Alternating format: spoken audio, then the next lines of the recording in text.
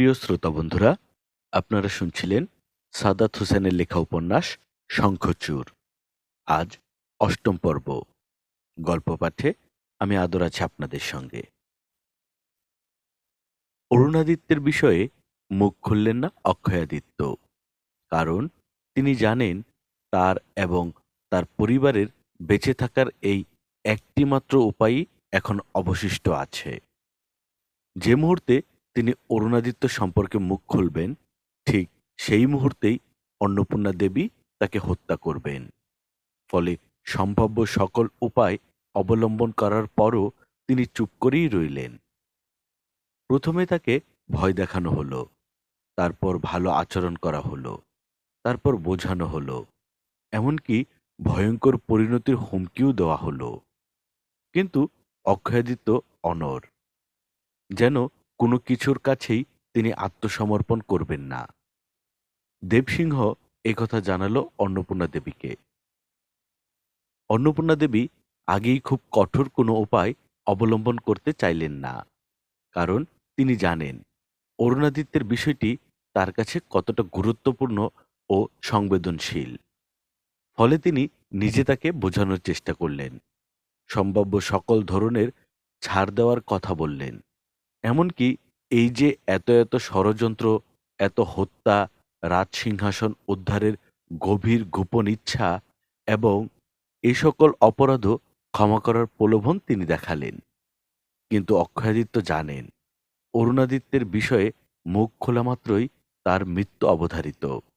ফলে তিনি কিছুতেই মুখ খুললেন না। অন্নপূর্ণা দেবী আর ধৈর্য ধরতে পারছিলেন না।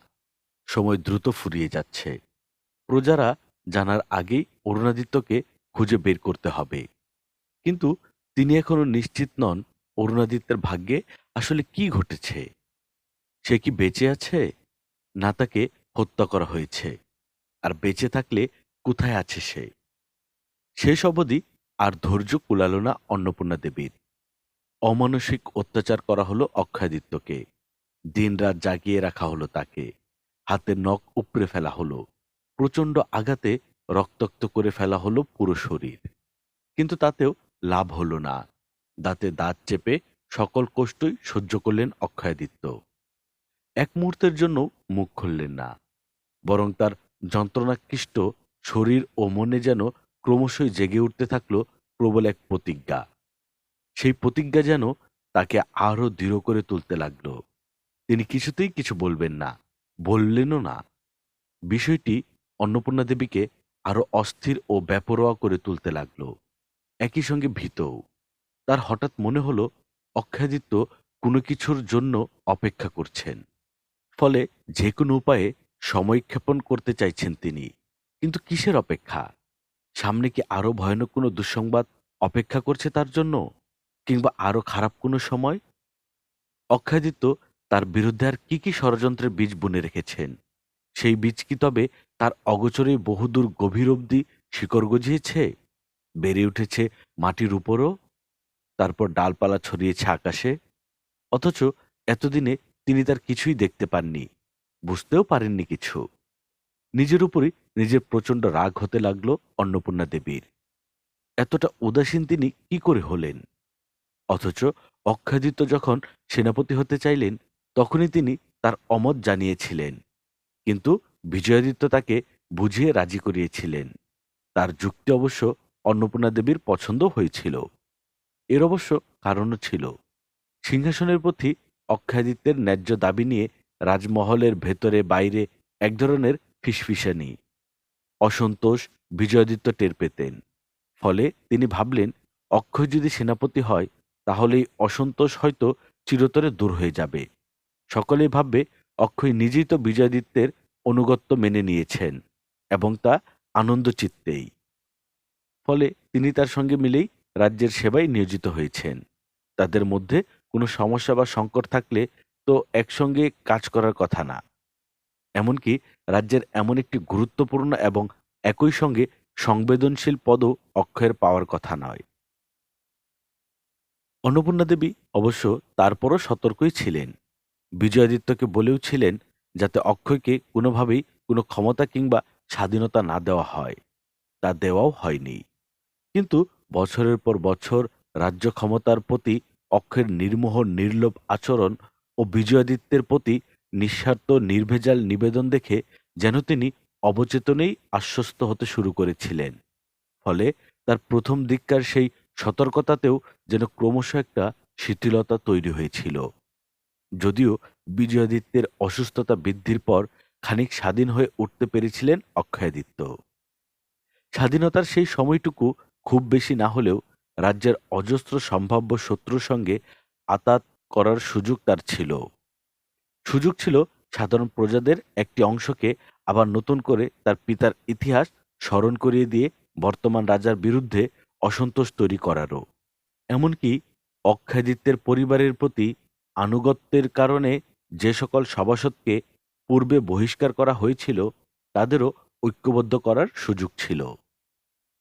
শুধু তাই নয়, সৈনিকদের একটি অংশকেও হয়তো নিজের প্রতি অনুরক্ত করে তুলতে পারতেন অক্ষয়াদিত্য। হয়তো করেছেনও। কিন্তু অন্নপূর্ণা দেবী তা পুরোপুরি নিশ্চিন্ত নন। তিনি বুঝতেও পারছেন না এসব আশঙ্কার কোনটি কতদূর অবধি গড়িয়েছে।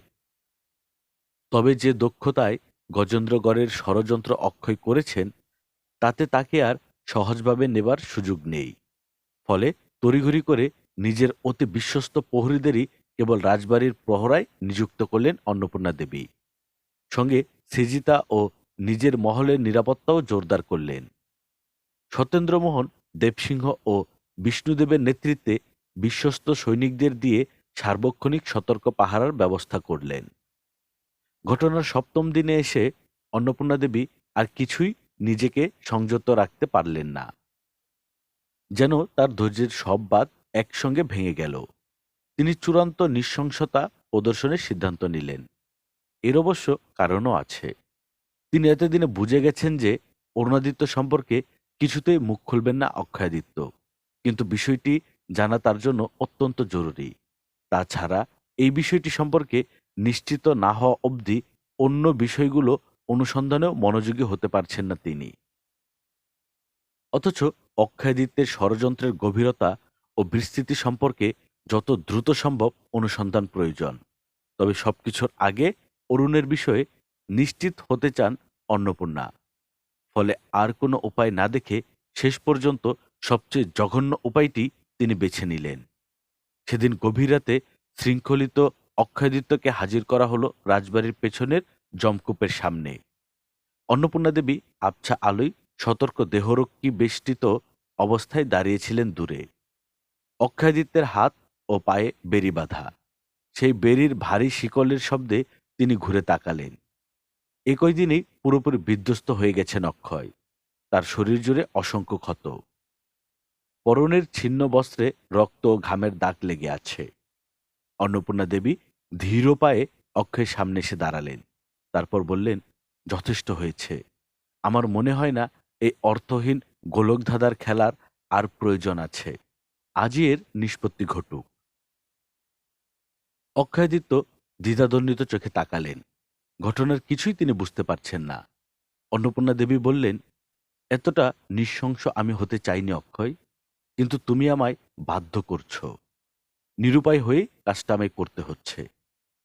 কি কাজ? ভীত কণ্ঠে বললেন অক্ষয়াদিত্য।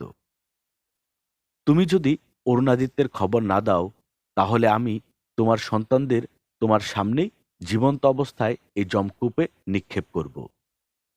অক্ষয়াদিত্য হঠাৎ কেঁপে উঠলেন।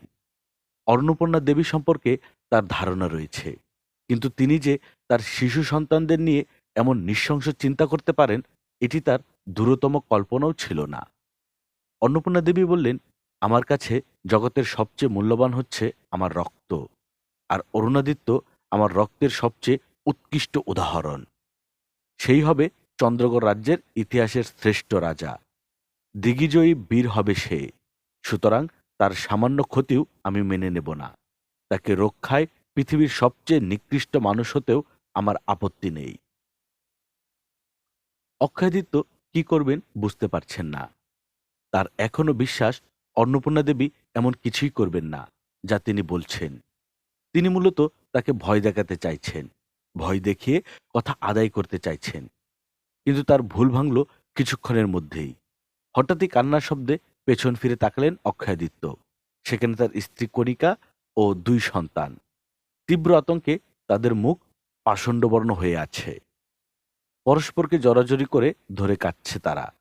শিকল পরা বন্দী আহত অক্ষয়াদিত্যকে দেখে তাদের সেই কান্না যেন আরো বেড়ে গেল। প্রহরীদের বাধা পেরিয়ে তারা ছুটে আসতে চাইল অক্ষয়ের কাছে, কিন্তু পারল না। সশস্ত্র সতর্ক 2 জন প্রহরী তাদের পথ আগলে দাঁড়ালো। তারপর অক্ষয়াদিত্যের পুত্র অর্জুনকে টেনে নিয়ে এলো যমকূপের কাছে। সদ্য ঘুম ভাঙা বছর 8 বয়সের অর্জুন পিতার দিকে তাকিয়ে হাউমাউ করে কেঁদে ফেলল। কিন্তু অসহায় অক্ষম অক্ষয় কিছুই করতে পারলেন না। তিনি তাকিয়ে রইলেন নিষ্পলক। তার চোখের কোল গড়িয়ে অঝরে ঝরতে লাগলো অশ্রু। অন্নপূর্ণা দেবী তা ভ্রুক্ষেপ করলেন না। তিনি শান্ত কণ্ঠে বললেন, এখনো সময় আছে অক্ষয়। আমার অরুণ কোথায় আছে বলো। সে বেঁচে আছে? অক্ষয় কথা বললেন না। অন্নপূর্ণা দেবী বললেন, রাতের আর বেশি বাকি নেই। আমি এই অশান্তি নিয়ে আরো একটি সূর্যোদয় দেখতে চাই না। তাছাড়া তুমি আমার ধৈর্যচ্যুতিও ঘটিয়েছ। বলেই দেবসিংহকে কিছু একটা ইশারা করলেন তিনি। দেবসিংহ 2 জন সৈনিক সহ যমকূপের পাশে গিয়ে দাঁড়ালো। তাদের সঙ্গে একটি কচি পাঠা। পাঠাটিকে তারা আচমকা যমকূপের ভেতর ছুঁড়ে মারল। সঙ্গে সঙ্গে ছল্লাদ শব্দ হলো জলে। আর তারপরেই কূপের ভেতর ভয়ানক দাবনীয় এক যুদ্ধ শুরু হলো। কূপে থাকা অভুক্ত কুমিরেরা পাঠাটিকে ভক্ষণের জন্য পরস্পরের সঙ্গে তীব্র লড়াইয়ে ঝাঁপিয়ে পড়ল। তাদের সে বীভৎস লড়াইয়ের শব্দে গা শিউরে উঠল কূপের পাশে দাঁড়িয়ে থাকা প্রতিটি মানুষের। তবে জগতের সকল আতঙ্ক যেন ঘিরে ধরল অক্ষয়াদিত্যকে। তার হৃৎপিণ্ডটা যেন ছিঁড়ে বেরিয়ে আসতে চাইছে বুকের ভেতর থেকে। অন্নপূর্ণা দেবী অক্ষয়াদিত্যের দিকে তাকিয়ে ঠান্ডা গলায় বললেন, আমি তোমায় শেষবারের মতো জিজ্ঞেস করছি অক্ষয়, অরুণাদিত্য কোথায়? সে কি বেঁচে আছে? আমি জানি না, হঠাৎ কথা বললেন অক্ষয়। তার গাল কাঁপছে, তার গলা কাঁপছে। তিনি দিশেহারা মানুষের মতো বলছেন, আমি জানি না রানীমা, আমি জানি না। তার মানে তুমি অরুণাদিত্যকে খুন করেছ? আমি অরুণকে খুন করিনি রানীমা, আমি কিচ্ছু করিনি। আমি জানি না সে কোথায়, আমি সত্যিই জানি না রানীমা। অক্ষয় আরো কিছু বলতে যাচ্ছিলেন, কিন্তু তার আগেই দেবসিংহ তার পুত্র অর্জুনকে দোহাতে তুলে ধরল। তারপর নিয়ে গেল যমকূপের সামনে। আর কিছুক্ষণের মধ্যেই তাকে ছুঁড়ে ফেলা হবে ক্ষুধার্ত কুমিরের সামনে। সে কেবল অন্নপূর্ণা দেবীর নির্দেশের অপেক্ষা করছে। অন্নপূর্ণা দেবী শেষবারের মতো অক্ষয়াদিত্যের দিকে তাকালেন। তারপর হিসহিস করে বললেন, তুই আমার অরুণকে খুন করেছিস? তুই আমার অরুণকে খুন করেছিস? আমি তোকে নির্বংশ করে ছাড়ব। অক্ষয়াদিত্য আচমকা অন্নপূর্ণা দেবীর পায়ের উপর লুটিয়ে পড়লেন। তারপর চিৎকার করে বললেন, অরুণ বেঁচে আছে রানীমা, অরুণ বেঁচে আছে। সে কোথায়? আমি বলছি, আমি সবই বলছি। কিন্তু আপনি আমার সন্তানদের প্রাণ ভিক্ষা দিন। আমি সব বলবো রানীমা, আপনি শুধু আমার সন্তানদের প্রাণ ভিক্ষা দিন। অন্নপূর্ণা দেবী চোখের ইশারায় অর্জুনকে নামিয়ে রাখতে নির্দেশ দিলেন। মুক্ত অর্জুন ছুটে এসে বাবাকে জড়িয়ে ধরল। অন্নপূর্ণা দেবী বললেন, বলো, আমার অরুণ কোথায়? অক্ষয়াদিত্য বললেন, কিংবা বলার চেষ্টা করলেন, কিন্তু তিনি কি বললেন তা স্পষ্ট শোনা গেল না। তার আগেই তীব্র শব্দে রাজবাড়ির সিংহদ্বার বিশাল পাগলা ঘণ্টিটা বেজে উঠল। একনাগাড়ে বাজতেই থাকল। ঘণ্টার বিকট শব্দে কানে তালা লাগার দশা হলো উপস্থিত সকলের। কিন্তু প্রশ্ন হচ্ছে, এই প্রায় শেষ রাতে ঘণ্টাটি বাজালো কে? আর কেনই বা বাজালো? কিসের বিপদ সংকেত দিচ্ছে সে? এই প্রশ্নের উত্তর খোঁজার আগেই তীব্র চিৎকার ভেসে এলেও রাজবাড়ির সুউচ্চ প্রাচীরের ওপাশ থেকে। তারপর একসঙ্গে অসংখ্য মানুষের হুঙ্কার, বিকট শব্দ, আহাজারি, আক্রোশ। যেন শত শত মানুষ সমুদ্রের ঢেউয়ের মতো গর্জন তুলে ঝাঁপিয়ে পড়ছে চন্দ্রগড় রাজবাড়ির সিংহদরজায়। রাজমাতা অন্নপূর্ণা দেবীসহ উপস্থিত সকলেই হতভম্ব হয়ে গেলেন। কি হচ্ছে ওখানে? কোনো বিপদ নয় তো? কেবল অক্ষয়াদিত্য দাঁড়িয়ে রইলেন নির্ভার। খানিক আগে যে মুখে জগতের সকল আতঙ্ক, সকল অসহায়ত্ব ভর করেছিল, সেই মুখখানায় ক্রমশ ভরে উঠতে লাগলো আনন্দে। সেখানে জেগে উঠতে লাগলো ভোরের সূর্যের মতো তেজোদ্দীপ্ত আলো ও হাসি। জমিদার কৃষ্ণেন্দ্র মিত্র তাহলে তার জরুরি বার্তাটি সঠিক সময়ে পাঠিয়েছিলেন। বিনয়াদিত্য যখন গজেন্দ্রগড় দুর্গে পৌঁছালেন তখন বেলা দ্বীপ্রহর। প্রায় মধ্য গগনে থাকা সূর্যের আলোয় ঝলমল করছে চারপাশ। কিন্তু গজেন্দ্রগড় দুর্গের আকাশে যেন মেঘের ঘনঘটা, চারদিক থমথমে। দুর্গরক্ষক প্রতাপনারায়ণ তখনও দুর্গে অনুপস্থিত। ফলে বিভাবতী সহ বিনয়াদিত্যের হঠাৎ আগমনে সৈন্যরা তথস্থ হয়ে উঠল। তারা বুঝতে পারল না কি করবে। তবে তারকানাথবাবু যথাসম্ভব পরিস্থিতি সামলে নিলেন। তিনি দ্রুত তাদের বিশ্রামের ব্যবস্থা করলেন। কিন্তু বিভাবতীকে কিছুতেই শান্ত করা গেল না। তিনি তখনই জঙ্গলের উদ্দেশ্যে ছুটে যেতে চাইলেন। অরুণাদিত্য যেখান থেকে নিখোঁজ হয়েছে ঠিক সেই জায়গাটি দেখতে চান তিনি। তারপর তাকে খুঁজে বের করতে চান। অনেক চেষ্টায় তাকে নিবৃত্ত করা হলো। প্রতাপনারায়ণ দুর্গে ফিরে আসা অবধি অপেক্ষা করা বাঞ্ছনীয়। তিনি এলে পরবর্তী করণীয় সম্পর্কে সিদ্ধান্ত নেওয়া যাবে। দুর্গে এই মুহূর্তে সৈন্য সংখ্যা খুবই কম। প্রতাপনারায়ণ বেশিরভাগ সৈন্য নিয়ে অরুণাদিত্যের অনুসন্ধানে বেরিয়েছেন। সংবাদ পেয়ে পরদিন দুপুর নাগাদ তিনি ফিরে এলেন। বিনয়াদিত্য গম্ভীর মুখে বললেন, কোথাও কিছু পেলেন? না, ম্লান মুখে বললেন প্রতাপনারায়ণ। কিন্তু জঙ্গলের মাটি, ঘাস কিংবা লতাগুলো সামান্য হলেও তো ঘোড়ার খুরের চিহ্ন থাকার কথা ছিল। ঘটনার সঙ্গে সঙ্গে সেই চিহ্ন অনুসরণ করা গেলেও তো বোঝা সম্ভব ছিল যে অরুণ কোন দিক দিয়ে যেতে পারে বা তার ভাগ্যে কি ঘটেছে। কিন্তু এতদিনে তো সেই চিহ্ন আর থাকার কথা নয়। এটি তৎক্ষণাৎ করা জরুরি ছিল। আজ্ঞে মহারাজ, আপনি যথার্থই বলেছেন। আমরা সেই চেষ্টাও করেছি, কিন্তু খুব বেশি দূর এগুতে পারিনি। 2 ক্রোশ এগোনোর পর আর যুবরাজের ঘোড়ার খুরের কোনো চিহ্ন আমরা পাইনি। কি বলছেন আপনি? 2 ক্রোশ গিয়েই হঠাৎ ঘোড়াসহ উধাও হয়ে গেল সে? আজ্ঞে, কি করে এটি সম্ভব আমি জানি না। হঠাৎই যেন তিনি হাওয়ায় মিলিয়ে গেলেন। কোথাও কোনো চিহ্ন নেই, না ঘোড়ার না মানুষের। হুম, বলে গম্ভীর হয়ে গেলেন বিনয়াদিত্য। তারপর বললেন, তার মানে অরুণাদিত্য খুব বেশি জঙ্গলের গভীরে প্রবেশ করেনি। আজ্ঞে না, তবে প্রথমে তাকে খুঁজে না পেয়ে তেমনটি মনে হয়েছিল। আমরা ভেবেছিলাম উনি খুব দ্রুত ঘোড়া ছুটিয়ে গভীর জঙ্গলের দিকে চলে গেছেন, আর তারপর সেখানে কোনো অঘটন ঘটেছে। কি ধরনের অঘটন?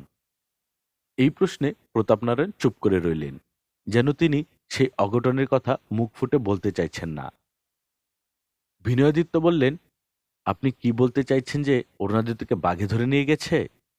আজ্ঞে, প্রতাপবাবু, আপনাকে এই দুর্গরক্ষকের মতো এত বড় একটি দায়িত্ব কে দিয়েছে জানেন? কার একার সিদ্ধান্তে আপনি এই সম্মান ও স্বাধীনতা পেয়েছেন? অরুণ আপনাকে কতটা পছন্দ করে আপনি জানেন? প্রতাপনারায়ণ মাথা নত করে ফেললেন। তারপর প্রায় ভেজা গলায় বললেন, আমি ওনাকে অত্যন্ত ভালোবাসি, নিজের জীবনের চাইতেও বেশি। মাত্র কয়দিনের পরিচয়ে উনি আমাকে যে সম্মান দিয়েছেন তা এই সারা জীবনেও কারো কাছে পাইনি। তাহলে সেই আপনার নিরাপত্তা থেকে সেই মানুষটি কি করে ওভাবে উধাও হয়ে গেল? প্রতাপনারায়ণ কথা বললেন না। বিনয়াদিত্য বললেন, আর যাওয়ার সঙ্গে সঙ্গেই আপনারা তাকে খুঁজতে বের হবেন না? বিলম্ব হলেও তো আপনাদের সবাই মিলে তাকে খুঁজে বের করার কথা। আমরা কোনো কিছুই পরোয়া করিনি মহারাজ। জীবনের ঝুঁকি নিয়ে গভীর জঙ্গলে তাকে খুঁজতে শুরু করেছিলাম। আগেই গভীর জঙ্গলে? আপনার প্রথমে কেন তার ঘোড়ার খুরের চিহ্ন ধরে এগুননি?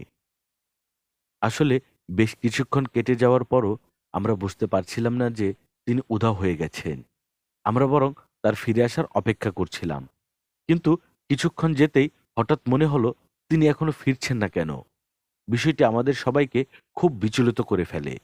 যুবরাজের সম্ভাব্য প্রাণঘাতী কোনো বিপদের শঙ্কায় তাৎক্ষণিক করণীয় ঠিক করতে পারছিলাম না। ফলে এলোমেলো খুঁজতে শুরু করলাম, কিন্তু কোথাও কোনো চিহ্ন মিলল না। পরদিন মনে পড়ল ঘোড়ার খুরের চিহ্নের কথা। বিনয়াদিত্য হাত তুলে প্রতাপনারায়ণকে নিবৃত্ত করলেন। লোকটির কথাবার্তা তার পছন্দ হচ্ছে না। এমনকি অরুণাদিত্য ঠিক কি কারণে তাকে এতটা বিচক্ষণ কিংবা সাহসী মানুষ মনে করেছে তাও তিনি বুঝতে পারছেন না। তার বরং লোকটিকে অন্যরকমই মনে হচ্ছে, নির্বোধ, ভীতু এবং অদূরদর্শী। নাকি এসব তার ভান? এই সহজ ও সন্ত্রস্ত আচরণের আড়ালে আসলে নিজেকে লুকাতে চাইছেন তিনি, কিংবা অন্য কিছু? বিনয়াদিত্য কঠিন কণ্ঠে বললেন, যুবরাজকে গজেন্দ্রগড় জঙ্গলে শিকারে নিয়ে যাওয়ার বুদ্ধি কার? আগে উনি নিজেই যেতে চেয়েছিলেন। কেন? উনি হাতি শিকার করতে চেয়েছিলেন। কেন? শখ। উনি সম্ভবত এর আগে কখনো বুনো হাতি শিকার দেখেননি, তাই। আপনি মিথ্যা বলছেন। মিথ্যা? অবাক গলায় বললেন প্রতাপনারায়ণ। হুম।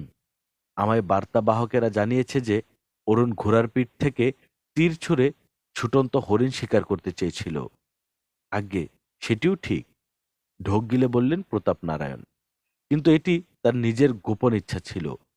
আমায় প্রথমে তিনি কেবল হাতি শিকারের কথাই বলেছিলেন, কিন্তু ওনার মূল উদ্দেশ্য যে হরিণ শিকার ছিল তা আমি জানতে পেরেছি অনেক পরে।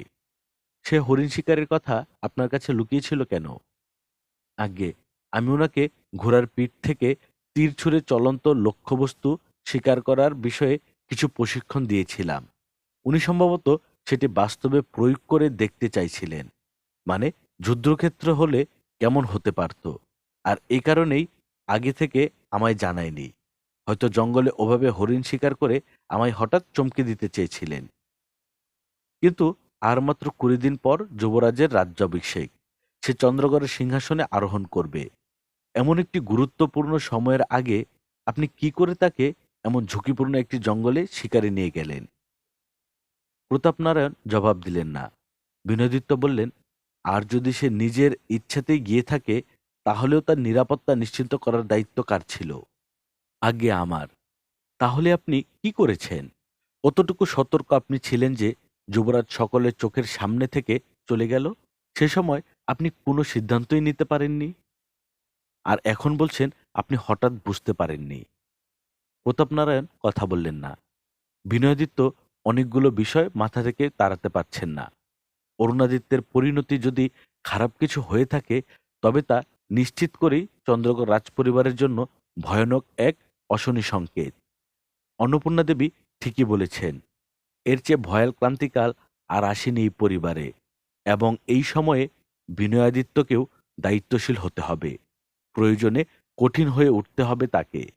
সে কথা স্মরণ করেই কিনা কে জানে, বিনোদিত কঠিন কণ্ঠে বললেন, প্রতাপবাবু, আমি কাল ভোরেই ঘটনাস্থলে উপস্থিত হব। তার আগে আপনার কাছ থেকে এই ঘটনার পুরো ব্যাখ্যা আমি চাই, এবং ঘটনার সময়ে ঘটনাস্থলে উপস্থিত কিছু সৈনিকদের সঙ্গেও আমি কথা বলতে চাই। আজ্ঞে, বলে প্রতাপনারায়ণ প্রস্থান করলেন। রাতে দুর্গের সভাকক্ষে উপস্থিত হলেন বিনয়াদিত্য। সেখানে রাজবাড়ি থেকে সরাসরি নিয়োগপ্রাপ্ত দুজন ঊর্ধ্বতন সৈনিককে ডাকা হলো। তাদের একজন সরোজ ক্লান্তি, অন্যজন বিভুনাথ। অন্নপূর্ণা দেবীর অনুরোধে গজেন্দ্রগড় দুর্গের জন্য বিনয়াদিত্য নিজে এদের নির্বাচন করে দিয়েছিলেন। তিনি দীর্ঘ সময় তাদের সঙ্গে কথা বললেন। পরদিন প্রত্যুষে বিভাবতীকে সঙ্গে করেই গজেন্দ্রগড় জঙ্গলের উদ্দেশ্যে যাত্রা করা হলো। ঘটনাস্থলে পৌঁছাতে পৌঁছাতে প্রায় দুপুর। বিভাবতী জুরিগাড়ি থেকে নেমেই চিৎকার করে ছুটে যেতে চাইছিলেন গভীর জঙ্গলে। অনেক কষ্টে তাকে নিবৃত্ত করা হলো। বিনয়াদিত্য খানিক সামনে এগিয়ে গিয়ে প্রতাপ নারায়ণকে বললেন, অরুণ ছুটে যাওয়ার ঠিক কতক্ষণ পর আপনারা তার পিছু নিয়েছিলেন, মানে তাকে খুঁজতে শুরু করেছিলেন? ৮ ঘন্টার মতো হবে, বললেন প্রতাপ নারায়ণ। ৮ ঘন্টা? অবাক গলায় বললেন বিনয়াদিত্য। আজ্ঞে, ৮ ঘন্টা নয়, আরো অনেক পরে আমরা তাকে খুঁজতে শুরু করি, বলল সরসক্লান্তি। কতক্ষণ? ঘন্টার কাছাকাছি। কেন? এত দেরিতে কেন? এই প্রশ্নে সরোজকান্তি চুপ করে রইল। বিভুনাথ বলল, এর উত্তর দুর্গরক্ষকই সবচেয়ে ভালো দিতে পারবেন। বিনয়াদিত্য মুখ ফিরিয়ে প্রতাপ নারায়ণের দিকে তাকালেন। তারপর বললেন, অরুণ যদি এই জঙ্গলে মুহূর্তের জন্যও একা কোথাও যায়, তাতেই তো আপনার চিহ্নিত হয়ে পড়ার কথা। আর সেখানে কিনা সে ছুটে যাওয়ার ঘণ্টাখানেক পর আপনি তাকে খুঁজতে নির্দেশ দিলেন। আগে আমি বোঝার সঙ্গে সঙ্গেই। কি বোঝার সঙ্গে সঙ্গেই? উনি যে জঙ্গলে হারিয়ে গেছেন, এটি বুঝতে আপনার ঘণ্টাখানেক লেগে গেল, নাকি অন্য কোনো উদ্দেশ্য আপনার ছিল? শীতল কণ্ঠে বললেন বিনয়াদিত্য। আগে মহারাজ, আপনি। প্রতাপনারায়ণকে কথা শেষ করতে দিলেন না বিনয়াদিত্য। তিনি বললেন, আর আপনার সেই পূর্ব নির্ধারিত পরিকল্পনা বাস্তবায়ন করতে যে সময়টুকু দরকার ছিল সেই সময়টুকু শেষ হওয়ার অবধি অপেক্ষা করছিলেন আপনি। আমি আপনার কথা কিছুই বুঝতে পারছি না। না বুঝার তো কিছু নেই প্রতাপবাবু। আপনি সম্ভবত কারো ইশারায় বা অন্য কোনো কিছুর জন্য অপেক্ষা করছিলেন। নিশ্চিত হতে চাইছিলেন যে আপনার পরিকল্পনাটি সম্পন্ন করতে যে সময়টুকু দরকার সেই সময়টুকু কেটেছে কিনা। সেটি কেটে যাওয়ার পর আপনি অরুণকে খুঁজতে লোক পাঠিয়েছিলেন।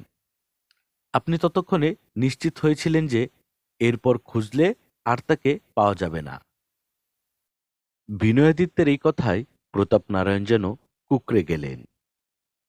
আতিপাতি করে খুঁজেও বলার মতো কোনো শব্দ তিনি পেলেন না। বিনয়াদিত্য বললেন, প্রতাপবাবু, আপনার উদ্দেশ্য বলুন। বলুন অরুণ কোথায় আছে। আজ্ঞে মহারাজ, আপনি বিশ্বাস করুন, এই বিষয়ে আমি কিছুই জানি না। এমনকি এই ঘটনার সময়ে আমি সেখানে ছিলামও না। ছিলেন না মানে? মানে আমরা হাতি শিকারের জন্য ভারী গাছ কেটে ফাঁদ পাচ্ছিলাম, বলতে শুরু করলেন প্রতাপনারায়ণ। হাতিগুলো যেহেতু দল বেঁধে ছুটে চলে এবং বুনো, সেহেতু শিকার খুব ঝুঁকিপূর্ণ। তো জোগাড় যন্ত্রে আমাদের সৈনিকদের একটু বিলম্ব হচ্ছিল। এই সময়ে কয়েকজন সৈনিকের সঙ্গে খুব স্বাভাবিক ভঙ্গিতেই সামনে এগিয়ে গেলেন যুবরাজ, যেন ঘুরে ঘুরে আশপাশটা দেখছেন। হুম, তখনও কোথাও হরিণের দেখা মেলেনি। আমি ভেবেছি তিনি তো কাছেই আছেন, জঙ্গল দেখছেন ঘুরে ঘুরে। তাছাড়া তার সঙ্গে কয়েকজন সৈনিকও আছে, ফলে দুশ্চিন্তা করার মতো কিছু মনে করিনি। কিন্তু তার বেশ কিছুক্ষণ পর হঠাৎই দুজন সৈনিক ছুটে এলো। সরোজকান্তিও ছিল তাদের মধ্যে। সে এসে আমায় ঘটনা জানালো, যুবরাজ নেই। যুবরাজ হঠাৎ হরিণ দেখে তাড়া করতে গিয়ে জঙ্গলে ঢুকে পড়েছেন। কিছুক্ষণ অপেক্ষা করার পর ওরা দুজন দেখল যে তিনি ফিরে আসছেন না। তখন ভয় পেয়ে আমায় খবর দিতে এলো।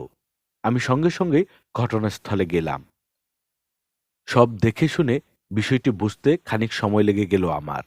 তাছাড়া বেশিরভাগ সৈন্য তখনও আগের জায়গাতেই ফাঁদ তৈরিতে ব্যস্ত, ফলে তাদেরও জরুরি সংবাদ পাঠাতে হলো। তাছাড়া কাজ রেখে প্রস্তুত হয়ে আসতেও একটু সময় লেগে গেল তাদের। এরপর আমরা তাকে খুঁজতে বের হলাম। আসলে বিষয়টা তাৎক্ষণিকভাবে হঠাৎ ঘটে যাওয়া। প্রতাপবাবু, গভীর কণ্ঠে বললেন বিনয়। অরুণ সাহসী ও বুদ্ধিমান ছেলে, কিন্তু বয়স অল্প বলে হয়তো কিছু বিষয়ে বুদ্ধির চেয়ে আবেগটাই বেশি কাজ করে তার। আর সেই সুযোগটি আপনি নিয়েছেন।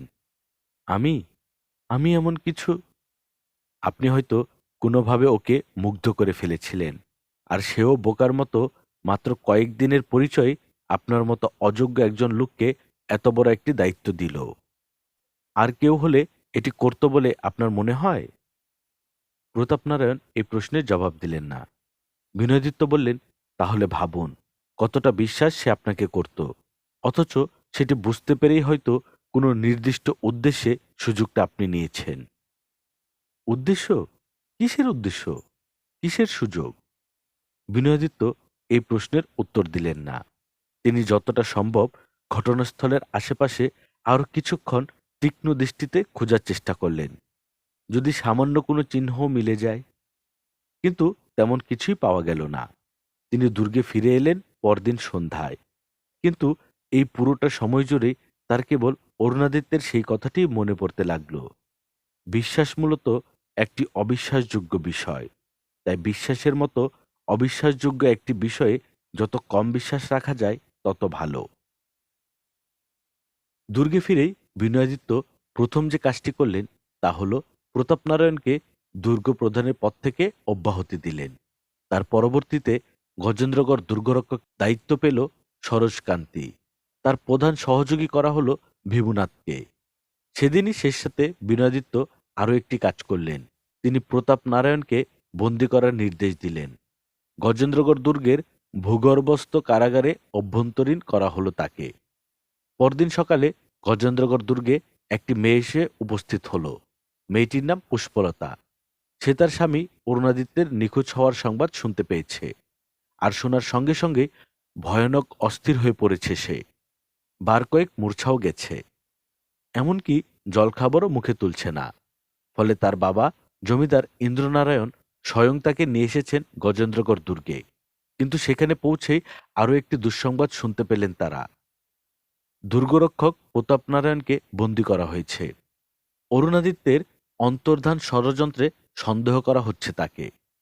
সমস্যা হচ্ছে, প্রতাপনারায়ণের এই বিশ্বাসঘাতকতার কোথাও যেন আড়ালে আবডালে জমিদার ইন্দ্রনারায়ণের নামটিও উচ্চারিত হতে লাগল। এমনকি হতে পারে যে নির্দিষ্ট কোনো পরিকল্পনার অংশ হিসেবেই প্রতাপনারায়ণকে অরুণাদিত্যের সহচর হিসেবে গজেন্দ্রগড় দুর্গ উদ্ধারে পাঠিয়েছিলেন তিনি। আর তারপর ইচ্ছে করেই অরুণের সঙ্গে বিশেষ সম্প্রতির সম্পর্ক গড়ে তুলেছিলেন প্রতাপনারায়ণ। ফলে অল্প সময়ে হয়ে উঠেছিলেন দুর্গরক্ষকও। পুরো ঘটনাটিকে আরও কয়েকবার ভেবে দেখলেন বিনয়াদিত্য, কিন্তু নিশ্চিন্ত কোনো সিদ্ধান্তে পৌঁছাতে পারলেন না তিনি। ফলে নিজের ভাবনাগুলো নিয়ে বিভাবতীর সঙ্গে আলোচনায় বসলেন বিনয়। সব শুনে শোকস্তব্ধ বিভাবতী হতভম্ব হয়ে গেলেন। বিষয়টিকে আর কিছুতেই স্বাভাবিক মনে হল না তার। অরুণাদিত্য কি তবে বেঁচে আছে? থাকলে কোথায়? কি হবে তার পরিণতি? ইন্দ্রনারায়ণ বুঝতে পারছেন না তিনি কি করবেন। গজেন্দ্রগড় দুর্গে যে অভ্যর্থনা তার প্রাপ্য ছিল তার কিছুই তিনি পেলেন না, বরং অনাহত এক অতিথির মতোই দুর্গে অবস্থান করলেন তিনি। রাজা বিনয়াদিত্য কিংবা বিভাবতী কেউই তার সঙ্গে দেখা করতে এলেন না, কথাও বললেন না। বিষয়টিতে ভারী অপমানিত বোধ করতে লাগলেন ইন্দ্রনারায়ণ। পরদিন কন্যাকে নিয়ে জলন্ধপুরে ফিরে যাওয়ায় মনস্থির করলেন তিনি। কিন্তু পুষ্পলতার এক কথা, অরুণাদিত্যকে না পেলে সে কিছুতেই এখান থেকে যাবে না। প্রয়োজনে বাকি জীবন এই দুর্গেই কাটিয়ে দেবে সে। মাত্র দুদিনেই চন্দ্রগড় রাজদরবারের খোলঞ্চে পাল্টে গেছে রাজবাড়ির ভেতর বাইরের প্রহরীদের মুখও। বন্দিশালা ভরে উঠেছে কয়েদিতে। তাতে যে বিজয় ও বিনয়াদিত্যের সবাই থাকা সকল সদস্যকেই অন্তরীণ করা হয়েছে এমন নয়, বরং বেছে বেছে সুনির্দিষ্ট কিছু সভাসদ ও সৈনিককে বন্দী করা হয়েছে। বিশেষত যাদের প্রতি অক্ষয়দিত্যের বিশ্বাস ও আস্থা নেই তাদের, কিংবা যারা তার ঘোর বিরোধী ছিলেন। তার জ্যৈষ্ঠ দুই ভ্রাতার হত্যা, বিজয়াদিত্যের রাজসিংহাসনে আরোহণ ও ক্ষমতাকে শক্তিশালী করতে যারা সবচেয়ে বেশি সক্রিয় ও সহায়ক ভূমিকা পালন করেছিলেন তাদের মধ্যে বেশিরভাগকেই আটক করা হয়েছে। রাজদরবারও নতুন করে সেজেছে। সেখানে দুই পাশে সারিবদ্ধভাবে দাঁড়িয়ে আছে নতুন সভাসদবৃন্দ। রাজা বিনয়াদিত্যের সময় এদের বহিষ্কার করা হয়েছিল। অক্ষয়াদিত্য তাদের আবার ডেকেছেন। তিনি জানেন চন্দ্রগড় রাজসিংহাসনের উপর তার যে ন্যায়সঙ্গত অধিকার তা এই মানুষগুলো কখনো ভুলেননি, এমনকি প্রবল চাপেও অস্বীকার করেননি। তিনি তাদের প্রতি যথাযথ কৃতজ্ঞতা প্রকাশ করতে চান। ফলে বয়সের ভারে নুজ্জ হয়ে গেছেন এমন বহিষ্কৃত সভাসদেরও আজকের সভায় তিনি আমন্ত্রণ জানিয়েছেন। এদের মধ্য থেকে যারা সক্ষম তাদের আবার নতুন করে রাজ্যের বিভিন্ন গুরুত্বপূর্ণ পদে আসীন করবেন এবং আজ এক অনাড়ম্বর আয়োজনের মধ্য দিয়ে চন্দ্রগড়ের সিংহাসনে আরোহণ করবেন তিনি। রাজসৈনিকেরা ঢেরা পিটিয়ে প্রজাদের কাছে এই সংবাদ পৌঁছে দেবে। শীঘ্রই কোনো শুভক্ষণ দেখে জাঁকজমকপূর্ণ অনুষ্ঠানের মাধ্যমে প্রজাদের সম্মুখে তার আনুষ্ঠানিক রাজ্যাভিষেক ঘটবে। সুদীর্ঘ প্রতীক্ষা ও দুঃসহ সময় শেষে অবশেষে চন্দ্রগড়ের সিংহাসনে আসীন হবেন অক্ষয়াদিত্য। রাজদরবারের সভা সূচনার সকল আয়োজন সম্পন্ন হয়েছে। সিংহাসনের দুই পাশে দুখানা রাজকীয় আসন বসানো হয়েছে। এই আসনের একটি জমিদার কৃষ্ণেন্দু মিত্রর, আজ তাকে বিশেষ সম্মানে ভূষিত করা হবে। প্রদান করা হবে রাজমিত্র খেতাব। তিনি না হলে অক্ষয়াদিত্য কিছুতেই চন্দ্রগড়ের সিংহাসন পুনরুদ্ধার করতে পারতেন না। তাদের দীর্ঘদিনের পরিকল্পনা, ত্যাগ ও চেষ্টার ফল আজকের এই বিজয়। কৃষ্ণেন্দু মিত্রর এত ঘনিষ্ঠ বন্ধু হওয়া সত্ত্বেও নিজ হাতে তার পুত্র অরিন্দম মিত্রর জীব কর্তন করতে বাধ্য হয়েছিলেন অক্ষয়াদিত্য।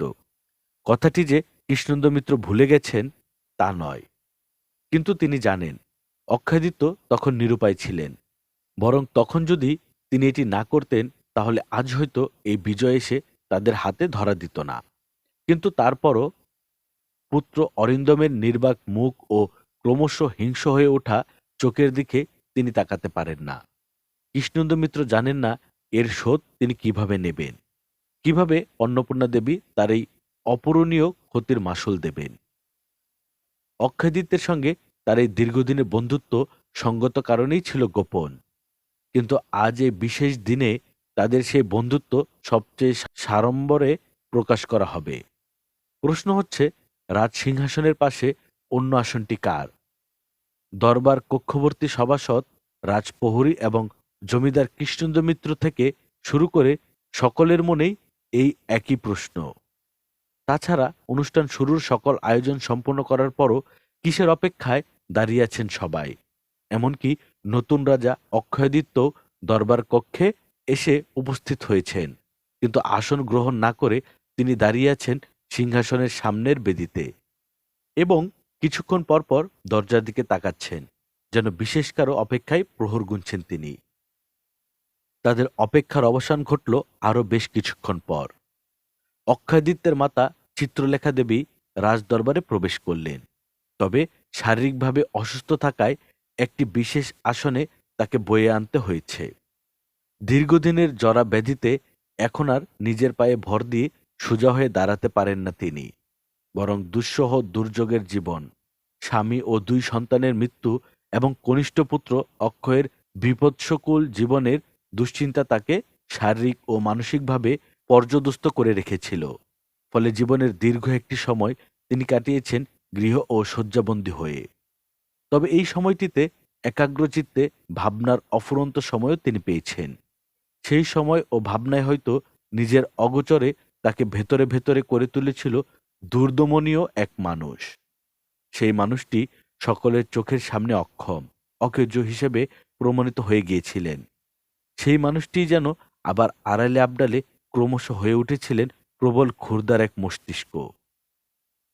অক্ষয়দিত্যের উপলব্ধি আজ এখন তিনি যেখানে দাঁড়িয়েছেন তা কখনোই সম্ভব হতো না যদি তার মা চিত্রলেখা দেবী তাকে সকলের অগোচরে রোজ একটু একটু করে এভাবে ভেতরে বাইরে গড়ে তুলতেন। ফলে মায়ের প্রতি তার অসীম কৃতজ্ঞতা ও আনুগত্য, এই যে কৃষ্ণেন্দু মিত্র তার বন্ধু হলেন, তাদের দুজনের স্বার্থ এক ও অভিন্ন হল, তাও চিত্রলেখা দেবীরই কৃতিত্ব। বিজয়াদিত্যের প্রথম স্ত্রীর গর্ভে জন্ম নেওয়া পুত্রের জন্মোৎসব পালনে রাজ্যের নির্দেশ একাধিকবার অমান্য করেছিলেন কৃষ্ণেন্দু মিত্র। এমনকি সেই একই দিনে তিনি তার নিজ পুত্র অরিন্দম মিত্রের জন্মোৎসব অত্যন্ত আড়ম্বরপূর্ণভাবে পালন করেছিলেন। বিষয়টি অন্যদের কাছে তেমন গুরুত্ব বহন না করলেও এর অন্তর্নিহিত তাৎপর্য যেন দৃষ্টি এড়ায়নি চিত্রলেখা দেবীর। ফলে তিনি কৃষ্ণেন্দু মিত্রর মনোবাসনা জানতে উদগ্রীব হয়ে উঠেছিলেন। আর এই কারণেই সময় সুযোগ বুঝে নিজের চিকিৎসার অজুহাতে একবার কৃষ্ণেন্দু মিত্রর সঙ্গে গোপনে দেখা করেছিলেন তিনি। সঙ্গে নিয়ে গিয়েছিলেন কিশোর অক্ষয়াদিত্যকেও। কৃষ্ণেন্দু মিত্র যেন এমন একটি সুযোগের অপেক্ষাতেই ছিলেন। ফলে তিনি তার গোপন ক্ষোভ ও অভিপ্রায়কে নিঃসংকোচ ব্যক্ত করেছিলেন চিত্রলেখা দেবীর কাছে। চিত্রলেখা দেবীও স্বামীর সিংহাসন পুনরুদ্ধারের সুযোগ খুঁজেছিলেন। ফলে এই সুযোগটি হেলায় হারাতে চাননি তিনি। অক্ষয়াদিত্য ক্ষমতায় আরোহণের বিনিময়ে ভবানীপুরকে আরও স্বাধীন ভূখণ্ড হিসেবে স্বীকৃতি দেওয়ার প্রতিশ্রুতি তিনি তখন তাকে দিয়েছিলেন। আজ সেই বিশেষ দিনও কৃষ্ণেন্দু মিত্র তার কথা রেখেছেন। বছরের পর বছর চিত্রলেখা দেবীর পরামর্শে কাজ করেছেন তিনি, আর তাদের মধ্যকার যোগাযোগের সেতু হয়ে উঠেছিলেন অক্ষয়াদিত্য। মায়ের নির্দেশ অক্ষরে অক্ষরে পালন করার চেষ্টা করেছেন তিনিও। ফলে রাজক্ষমতার প্রতি নিজের এক নির্মোহ নির্লোভ ভাবমূর্তি গড়ে তুলে সকলের আস্থা অর্জন করার চেষ্টা করেছিলেন। আজ সেই মহেন্দ্রক্ষণ চিত্রলেখা দেবীকে রাজসিংহাসনের পাশের আসনে বসানো হলো। অক্ষয়াদিত্য মায়ের কাছে গিয়ে হাঁটু গেড়ে বসে প্রণাম করলেন। তারপর সভাসদদের উদ্দেশ্যে বললেন, আজ আমি এখানে দাঁড়িয়ে আছি যে 2 জন মানুষের জন্য, তাদের একজন আমার মা চিত্রলেখা দেবী আর অন্যজন জমিদার কৃষ্ণেন্দু মিত্র। তাদের প্রতি আমার কৃতজ্ঞতার শেষ নেই। তাই আজ এই রাজসিংহাসনের পাশে আমি 2টি আসন বরাদ্দ রেখেছি। একটি আমার মায়ের জন্য, অন্যটি আমার বন্ধু রাজমিত্র কৃষ্ণেন্দু মিত্রর জন্য। অক্ষয়াদিত্য কথা শেষ করতেই পুরো সভাকক্ষ হর্ষধ্বনিতে পরিপূর্ণ হয়ে উঠল। চিত্রলেখা দেবী নিজ হাতে পুত্রকে রাজমুকুট পরিধান করালেন। তারপর সিংহাসনে উপবিষ্ট হতে অনুমতি দিলেন। নতুন রাজা তার মাকে আনুষ্ঠানিকভাবে রাজমাতা সম্বোধন করে আসন গ্রহণ করলেন। তারপর রাজ্যের বর্তমান পরিস্থিতি সংক্ষেপে বর্ণনা করলেন। সিংহাসনের বৈধ উত্তরাধিকারের বিরুদ্ধে ষড়যন্ত্র এবং রাজকুমারের হত্যার অভিযোগে অন্নপূর্ণা দেবীকে গ্রেপ্তার করা হয়েছে। সঙ্গে গ্রেপ্তার করা হয়েছে তার ঘনিষ্ঠ সহচরদেরও। রাজ্যের প্রচলিত নিয়ম অনুযায়ী তাদের বিচার সম্পন্ন হবে। তবে তার আগে আজ অন্নপূর্ণা দেবীকে দরবারে উপস্থিত করে তার কর্মকাণ্ডের ব্যাখ্যা চাওয়া হবে। সভাসদেরা সকলেই অধীর আগ্রহে অপেক্ষা করছিলেন। কিন্তু চিত্রলেখা দেবী হঠাৎ বললেন, তার আগে আমি একা অন্নপূর্ণার সঙ্গে দেখা করতে চাই। তার সঙ্গে আমার কিছু পুরনো হিসাব বাকি আছে। এতক্ষণে কথা বললেন কৃষ্ণেন্দু মিত্র। তিনি ধীরে তার আসন ছেড়ে উঠে দাঁড়ালেন। তারপর বললেন, ভবানীপুরের স্বাধীনতার চাইতেও এখন অন্নপূর্ণা দেবী আমার কাছে অধিক গুরুত্বপূর্ণ। কিন্তু রাজা অক্ষয়াদিত্যের প্রতি আমার বিশেষ প্রার্থনা, বন্ধুত্বের নিদর্শন হিসেবে তিনি আমায় এই দুটি একসঙ্গে উপহার দেবেন। বলে সামান্য থামলেন কৃষ্ণেন্দু মিত্র। তারপর বললেন, আমার পুত্র অরিন্দমকে আমি আপনাদের সামনে উপস্থিত করতে চাই। তাকে এক নজর আপনারা দেখুন। অরিন্দমকে রাজসভায় উপস্থিত করা হলো। কিন্তু সে যে অস্বাভাবিক অবস্থায় নেই তা তাকে এক পলক দেখেই অনুমান করা গেল। তার চোখে বুনো দৃষ্টি, হাতের আঙুলে বড় বড় নখ, মাথায় চুল কামানো, চোখ টকটকে লাল, মুখ ভর্তি দাড়ি। সেই দাড়ি ভিজে আছে মুখ বেয়ে নেমে আসা চিটচিটে তরল লালায়। দুজন প্রহরী তাকে শক্ত করে ধরে রেখেছে, কিন্তু তারপরেও যেন কিছুতেই নিয়ন্ত্রণ করা যাচ্ছে না। তবে তার হাত ও পা শক্ত শিকলে বাঁধা বলে কিছুটা হলেও নিয়ন্ত্রিত সে। অরিন্দম মিত্র পুত্রের দিকে দীর্ঘ সময় তাকিয়ে রইলেন সবাই উপস্থিত সকলেই। ক্রুদ্ধ অরিন্দমের মুখ থেকে যাবন্ত গঙ্গানির মতো স্বর বেরিয়ে আসছে। কৃষ্ণেন্দু মিত্র হঠাৎ বললেন, দেখেছেন আমার অরিন্দমকে? আমার পুত্র অরিন্দম। সকলেই একযোগে কৃষ্ণেন্দু মিত্রর দিকে ফিরে তাকালেন। তিনি কাঁদছেন, একজন অসহায় পিতার কান্না। কৃষ্ণেন্দু মিত্র বললেন, এ আমার পুত্র নয়, আপনাদের পুত্র। আপনারা তার পিতা। এবার নিজেদের একবার আমার জায়গায় বসিয়ে ভাবুন, দেখুন কেমন অনুভব হয়, দেখুন। বলেই ঝরঝর করে কেঁদে ফেললেন তিনি। তবে তার সেই কান্না কেন যেন সভাসদেরা খুব বেশি ভালোভাবে আক্রান্ত হলেন না। বরং তাদের মধ্যে একজন সসংকোচে বললেন, কিন্তু যে অপরাধ সে করেছিল তাতে এই শাস্তি তার প্রাপ্য ছিল, আমরা সকলেই জানি। লোকটি তার কথা শেষ করতে পারল না। তার আগেই কৃষ্ণেন্দু মিত্র যেন রুদ্রমূর্তি ধারণ করলেন। খানিক আগের অসহায় ক্লিট পিতা থেকে যেন মুহূর্তের হয়ে উঠলেন সর্বসংহারী। তিনি লাফিয়ে তার আসন থেকে উঠে দাঁড়ালেন। তারপর খাপমুক্ত তলোয়ার হাতে ছুটে যেতে লাগলেন লোকটির দিকে। বিস্মিত প্রহরীরা কি করবে ভেবে পেল না। কৃষ্ণেন্দু মিত্র অবশ্য সেসব গ্রাহ্যও করলেন না। তিনি অকস্মাৎ হাতের তরোয়ালখানা দিয়ে লোকটিকে দেয়ালের সঙ্গে চেপে ধরলেন। তারপর বললেন, আর একবার ওই কথা বললে আমি তোর জিভ কেটে ফেলব, চোখ উপড়ে ফেলব। যারা চোখে দেখে না, অন্যায় চুপ থাকে, তাদের কপালে চোখ আর মুখে জিহ্বার কোনো দরকার নেই, কোনো দরকার নেই। ঘটনার আকস্মিকতায় উপস্থিত সকলে হতম্বম্ব হয়ে গেলেন, কিন্তু কেউ তাকে নিবৃত্ত করার সাহস পেলেন না। অক্ষয়াদিত্য অবশ্য সিংহাসন থেকে উঠে দাঁড়ালেন। তারপর বললেন, আপনি শান্ত হন কৃষ্ণেন্দু মিত্র। অকারণ রক্তপাতের চেয়ে ন্যায় বিচার নিশ্চিত করা অধিক জরুরি। আমরা যে সেটি করব, সে বিষয়ে আমি প্রতিশ্রুতিবদ্ধ। কৃষ্ণেন্দু মিত্র লোকটিকে ছেড়ে ফিরে তাকালেন। তারপর সময়মত সভাসদদের উদ্দেশ্য বললেন, চোখের সামনে যা দেখা যায় তাই সবসময় সত্য নয়। আমার কথা বিশ্বাস না হলে ওই দিকে দেখুন। বলেই রাজসভার প্রবেশমুখে দাঁড়ানো এক নারীর দিকে আঙুল নির্দেশ করলেন তিনি। সেখানে কৃষ্ণা দাঁড়িয়ে আছে। এই কৃষ্ণার কন্যা গৌরীকে ধর্ষণ ও জীবকর্তনের অভিযোগে শাস্তি হয়েছিল অরিন্দমের।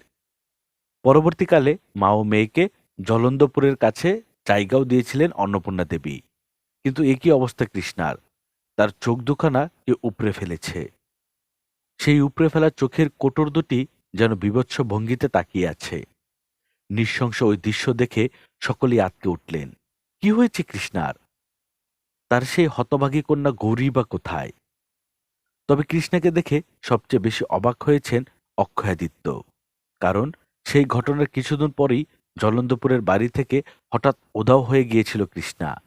অনেক চেষ্টা করেও তার আর কোনো খোঁজ মেলেনি। তবে ঘটনাটি তিনি অন্নপূর্ণা দেবীকে জানাননি। কৃষ্ণেন্দু মিত্রই তাকে নিষেধ করেছিলেন। কিন্তু এতদিন পর সে কোথা থেকে এলো?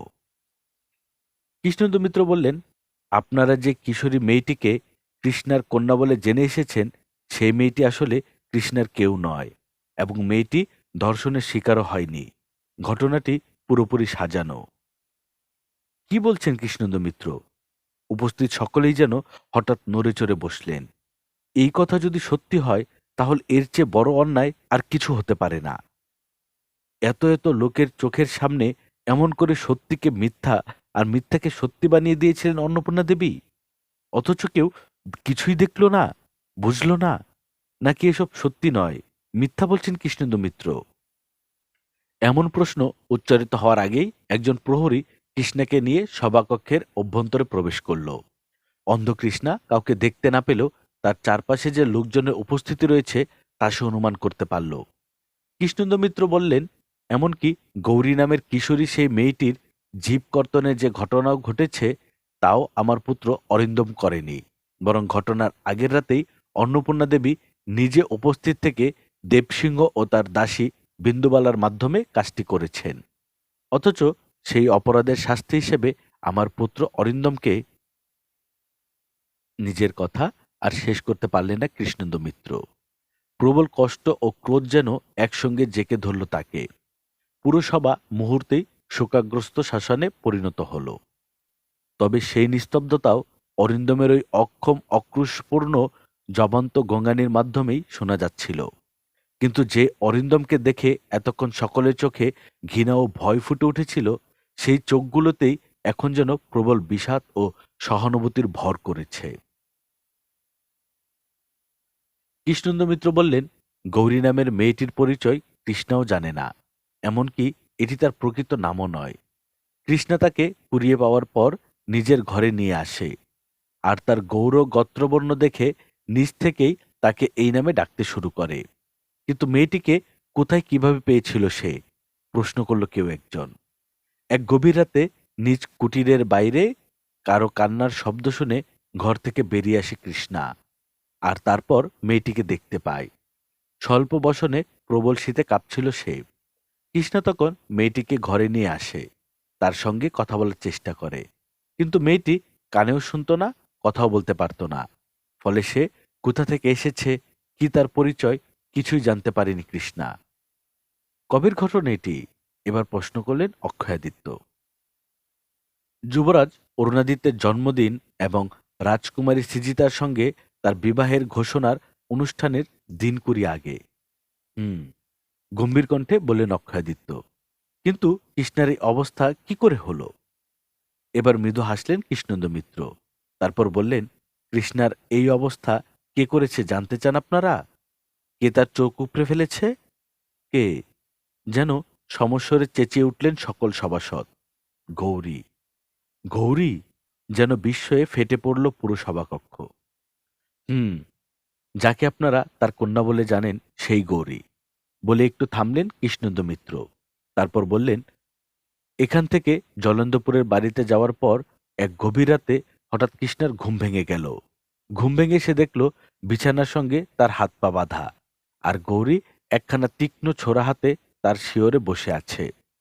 ওইটুকু এক মেয়ে ওর চোখ উপড়ে ফেলল? হ্যাঁ, ফেলল। আমার কথা বিশ্বাস না হলে আপনার কৃষ্ণার মুখ থেকেই শুনতে পারেন, জিজ্ঞেস করে দেখতে পারেন তাকে। কৃষ্ণাকে অবশ্য কিছু জিজ্ঞেস করতে হলো না। তার আগেই হৃদয় বিদীর্ণ করার চিৎকারে মাটিতে লুটিয়ে পড়ল সে। আর তারপর একে একে কৃষ্ণেন্দু মিত্রর সকল কথার সত্যতা স্বীকার করতে লাগল। সবাই উপস্থিত প্রতিটি মানুষ যেন বিপুল বিস্ময়ে বিমূঢ় হয়ে গেলেন। মেয়েটি এখন কোথায়? প্রশ্ন করলেন অক্ষয়াদিত্য। নেই। পরদিন ভোর থেকে তাকে আর খুঁজে পাওয়া যায়নি বলে সামান্য থামলেন কৃষ্ণেন্দু মিত্র। তারপর বললেন, কৃষ্ণার প্রতি আমার ক্রোধ ছিল, কিন্তু গত কয়েক বছর ধরে খুঁজেও আর তাকে পাইনি আমি। সে আর জলেন্দ্রপুরে থাকতো না। হুম, কিন্তু ওই বাড়ি কেন ছেড়ে দিয়েছিল সে? কারণ সে ভয় পেয়ে গিয়েছিল। যদি অন্নপূর্ণা দেবী জানতে পারেন যে কৃষ্ণা তার সঙ্গে মিথ্যা বলেছে, যদি তিনি জানেন যে ওই মেয়ে তার নিজের মেয়ে নয়, কেবল অর্থের লোভেই সে মিথ্যা বলেছিল, এবং সেই মেয়েই শেষ অবধি তার এত বড় ক্ষতি করেছে, এ কারণে সে কাউকেই কিছু জানায়নি। না, জানায়নি। এবং ঘটনার দিন কয়েক পর অন্ধকৃষ্ণা ওই বাড়ি থেকেও চলে যায়। এত বছর পর কিছুদিন আগে তাকে আমি খুঁজে বের করেছি তার দূরসম্পর্কের এক আত্মীয়র বাড়ি থেকে। কৃষ্ণেন্দু মিত্র থামলেও কেউ কোনো কথা বললেন না, যেন কোনো এক অজানা আতঙ্ক তাদেরও ঘিরে ধরল। এখানে উপস্থিত অনেকের চোখেই এখনো সেদিনের সেই অসহায় মেয়েটির কান্নারত চোখ, রক্তাক্ত মুখ ভাসছে। অথচ সেই মেয়েটি কিনা কৃষ্ণার মেয়েই নয়, সে ধর্ষিতও হয়নি, এমনকি অরিন্দম মিত্র তার জীবও কাটেনি। তার চেয়েও ভয়ঙ্কর কথা, সে নিষ্পাপ অসহায় চেহারার মেয়েটি কৃষ্ণার এই অবস্থা করেছে। কি অবিশ্বাস্য!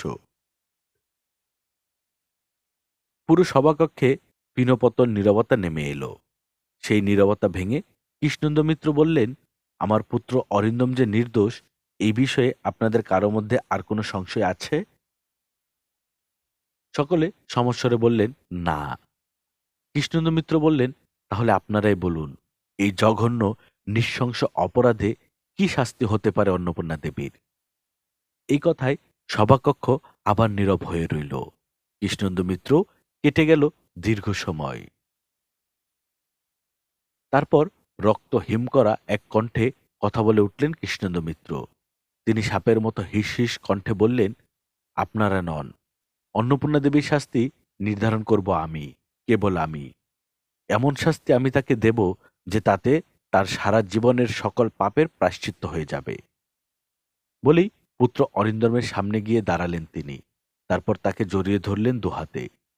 কৃষ্ণেন্দু মিত্র কাঁদছেন, তার চোখের জলে ভিজে যাচ্ছে অরিন্দমের কাঁধ। কিন্তু অরিন্দম কোনো প্রতিক্রিয়া দেখালেন না। সে তাকিয়ে রইল নির্বিকার। দীর্ঘ সময় পর পুত্রের কাঁধ থেকে মাথা তুললেন কৃষ্ণেন্দু মিত্র। তারপর চোখ তুলে তাকালেন সভাসদদের দিকে। কিন্তু তার সেই অশ্রুস্নাত চোখ দেখে গা হিম হয়ে উঠল সকলের। প্রিয় শ্রোতা বন্ধুরা, আপনারা শুনছিলেন সাদাত হোসেনের লেখা উপন্যাস শঙ্খচূড়। আজ শুনলেন অষ্টম পর্ব। গল্প পাঠে আমি আদর ছিলাম আপনাদের সঙ্গে। এরকম গল্প আমরা প্রতিনিয়ত আপলোড করে যাচ্ছি। গল্প পাঠ ভালো লাগলে বন্ধুদের সঙ্গে শেয়ার করবেন। পরবর্তী কোন গল্পটি শুনতে চান কমেন্ট করে জানাবেন। আর আপনি যদি আমাদের চ্যানেলে নতুন হয়ে থাকেন, তাহলে অবশ্যই আমাদের চ্যানেলটি সাবস্ক্রাইব করে দিবেন। আজকের মতো এখানেই বিদায় নিচ্ছি। সবাই ভালো থাকবেন, সুস্থ থাকবেন, সুন্দর থাকবেন। আল্লাহ হাফেজ।